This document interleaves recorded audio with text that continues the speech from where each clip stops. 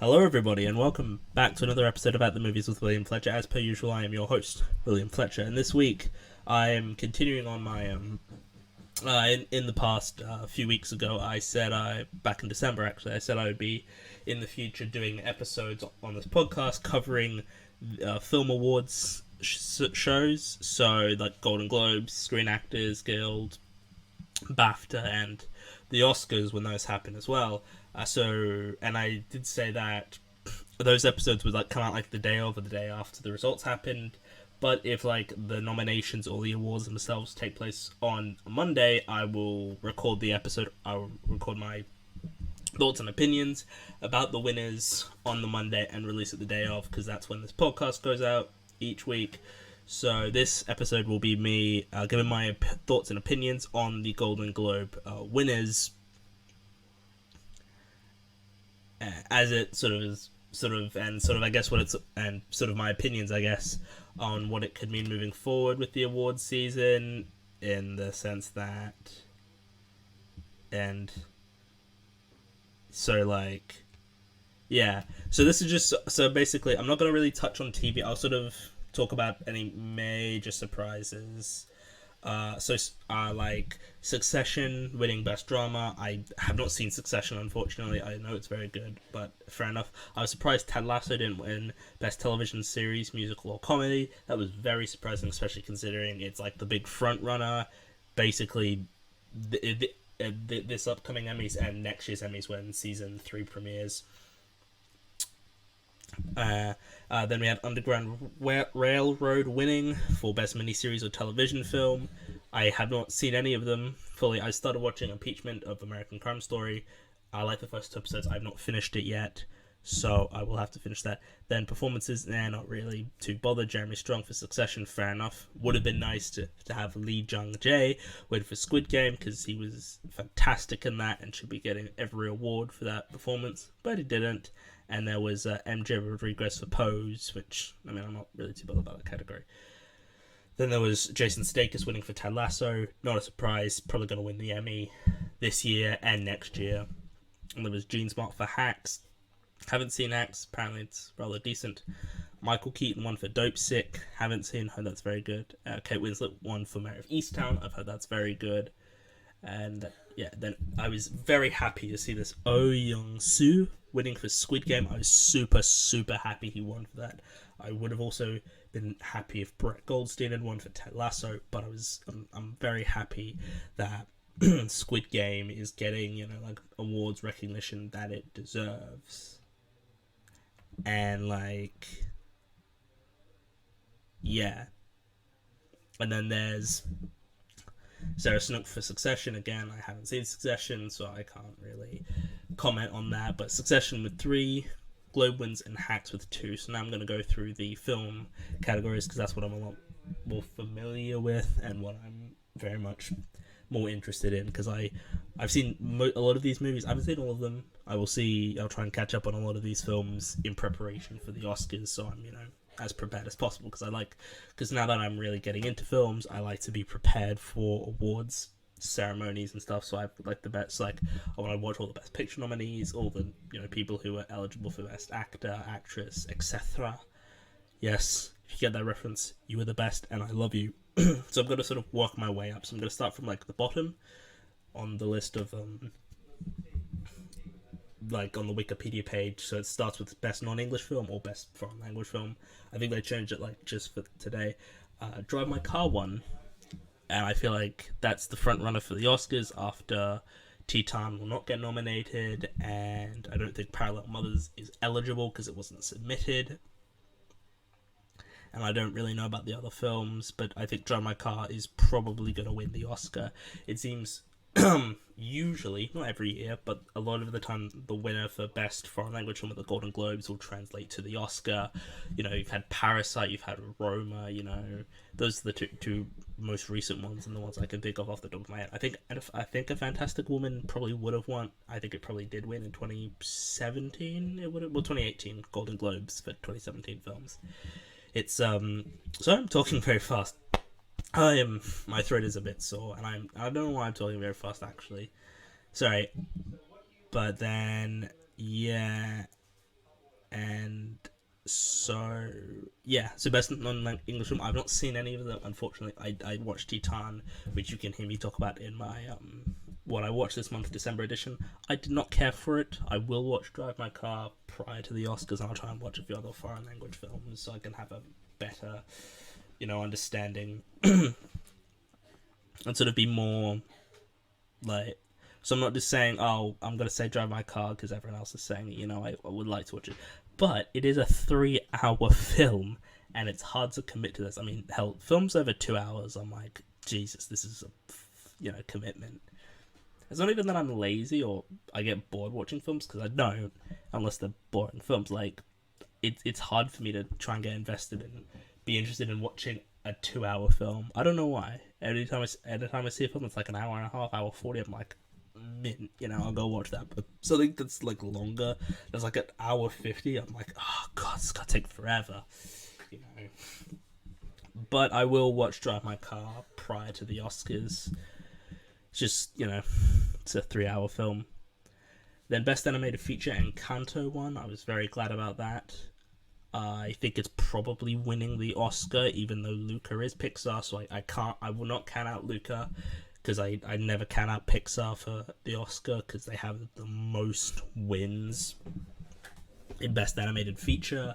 They are pretty much unstoppable. They've won like 12 of like 20 or something mental like that, and I don't know if all are deserved, but it's like it's a statistic. They win all the so I have not seen Flea yet, and I do want to see Flea. I'm aware, I've heard Flea is very, very good, and people are really like Flea, and it's a really great film that I would really like to watch, but it's I don't know if I can see it prior to. I mean, the Oscars are in March, so I could probably watch through it, and I could watch it and get watch it prior to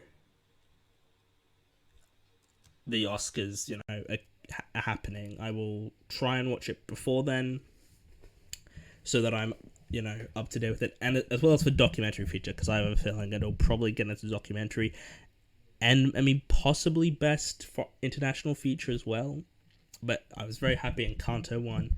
I think it is the best animated film of the nominees, and the second best I saw last year, behind South Park Post-COVID, The Return of COVID, which I discussed in my Review of the Year episode. So go check that out. But Encanto, of the nominees, should probably win the Oscar. It's the best one of all the category. It's the best, film. I mean, I liked Luca, but I thought it was a much... Because Soul, for Pixar is one of the most... I mean... dark, I guess is the way to put it. Like, it's one of the more, like... emotional, I guess. It's one of the more adult themed ones, because of sort of the concepts that Soul deals with, and it was nice to have a Pixar film that's a lot more light, and there's just these two kids who want to get a moped. But I think that Luca is not. I mean, I think most of Pixar's output has been pretty good. There's like 3, maybe 4 Pixar films I actually don't like. Everything else is like mediocre to like amazing. 10 out of 10 best films that But yeah, very happy that Encanto won, and it sucks that they didn't submit a good song for best original song. You could have nominated. I forgot what it's called. Like, why don't I? What don't I do? What can't I do? Whatever. Like the song. I've forgotten the name of it. I need to. But like they didn't submit Surface Pressure. They didn't nominate. They didn't. The Family Madrigal. They didn't do We Don't Talk About Bruno, which is objectively the best song in the film. Like, pretty much everyone agrees it is the best song in the film, and it wasn't submitted, and that sucks, because it is the best song.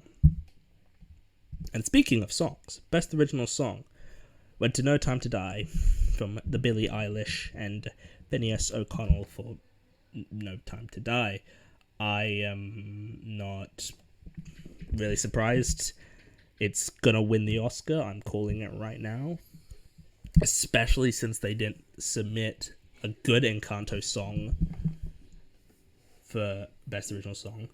That sucks. And then comparatively to the other nominees, it's probably the best one. The last two Bond songs have won Best Original Song for Skyfall and Spectre. I believe it's called Writing on the Wall. I think it's Sam Smith's Writing on the Wall, and then Adele's Skyfall, which I think Skyfall is the best Bond song. That's not really relevant. I didn't dislike Billy. I should listen to it again because I didn't listen to the song prior to the film coming out. I waited until the film came out before I listened to the song. So maybe it was just sort of that context. I was a bit like, but I will have to listen to No Time to Die sort of independently of the film. Because I when I saw the film, I was sort of like, that's not really... I don't know. I mean, it's just like... Yeah. I will listen to it again. But yeah, it's going to win the Oscar and probably should. I don't really remember Be Alive from King Richard. I know which one Dos Origatas is from Encanto, but it's one of the weakest songs, and they should have submitted a better song. I don't remember the song from Belfast, and I haven't seen Respect, so I can't comment on that. Best Original Score, Hans Zimmer for Dune. Hans Zimmer is winning the Oscar. Let's just be honest with ourselves. He is winning the Oscar. And the reason why he's winning is because he's Hans Zimmer. He's won a singular Oscar in his time, which is mental that he's never won an Oscar. That he's only won an Oscar once for The Lion King, which is probably his best work, I will admit. The Lion King is the best score of his career. I like the Inception score. It's a decent score, but The Lion King is the best score he's ever done. Dune was fine. It was a decent score. I don't know if it should win. I probably would put... Yeah, Encanto's probably better. Help Spider-Man No Way Home should probably win, but it's not going to. But yeah, Hans Zimmer for Dune. Pretty expected. I would have been surprised if anything else happened. Now, on to Best Screenplay, Kenneth Branagh winning for Belfast. I was a bit surprised. Well, I wasn't... I kind of assumed it would be between Kenneth Branagh and Jane Campion.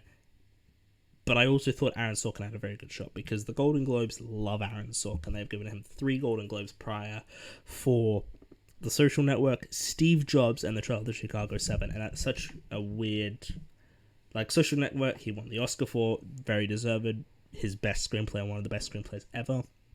In my opinion, Steve Jobs I haven't seen, but it's such a weird choice for screenplay. And to give it to that, not to one of the, the eventual Best Picture wins.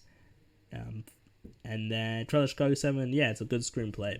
And I was sort of expecting him to win for this, honestly. But he did not, so... But yeah, Kenneth Branagh is probably winning. I mean, I was really I predicted Sorkin, but that was more just being cynical. But it will be... And because of the Oscars, because Belfast is an original screenplay, so Branagh's probably winning that. And Power of the Dog is an adapted, so Campion can win that. So,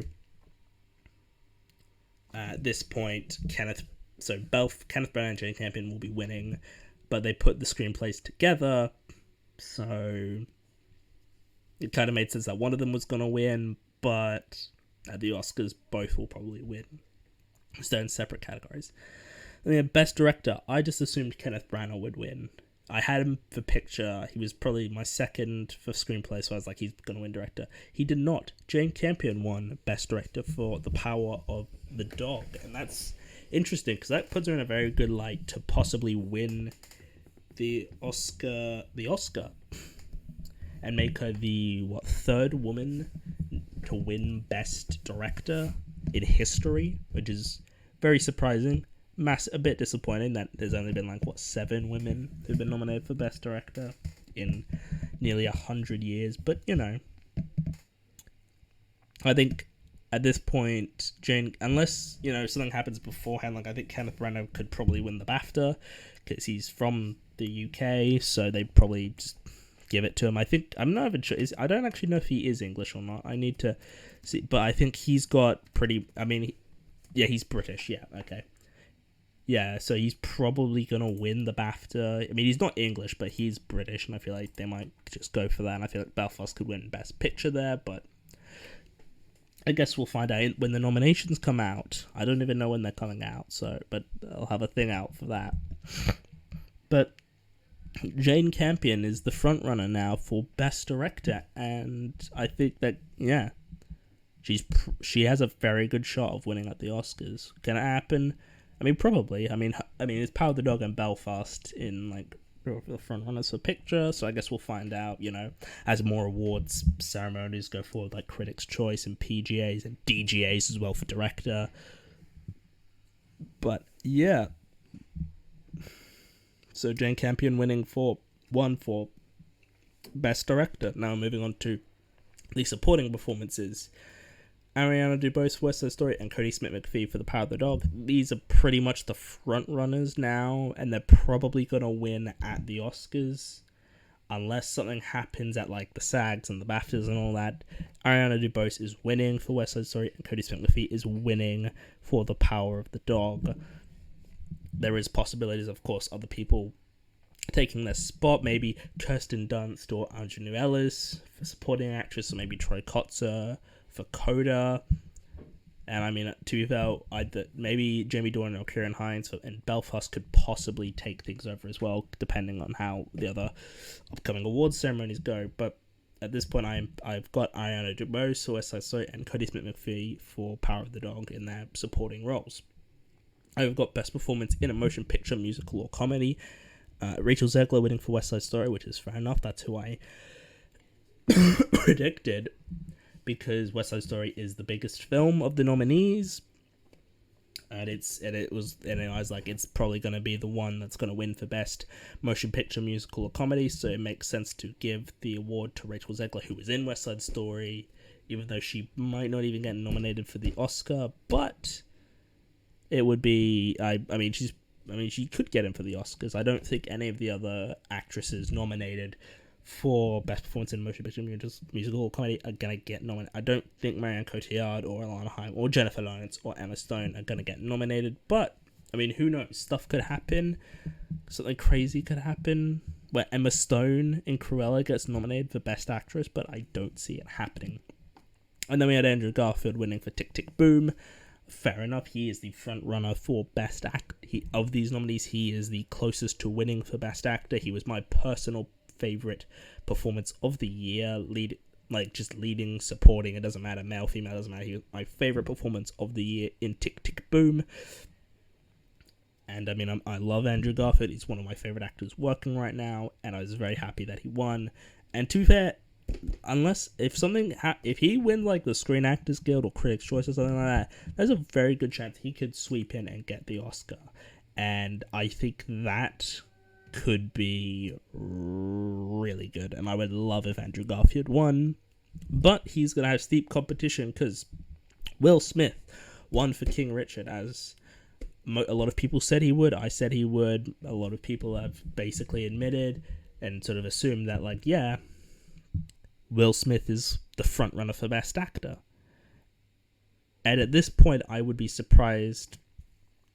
Of course he can be toppled, early frontrunners might not stay the same, but at the current time, I think Will Smith and King Richard is the front runner to win, but if Andrew Garfield keeps picking up more wins at various award ceremonies, Andrew Garfield could be a big front runner to win as well. But Will Smith obviously winning for Best Performance in a Motion Picture Drama, and I'm not surprised.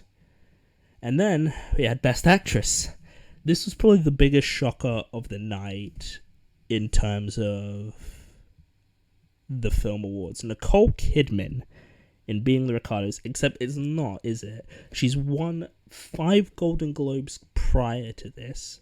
I just assumed that they would give it to Kristen Stewart in Spencer as Princess Diana, or maybe Jessica Chastain as The Eyes of Tammy Faye. But no, they gave it to Nicole Kidman because the Golden Globes award the same people every year.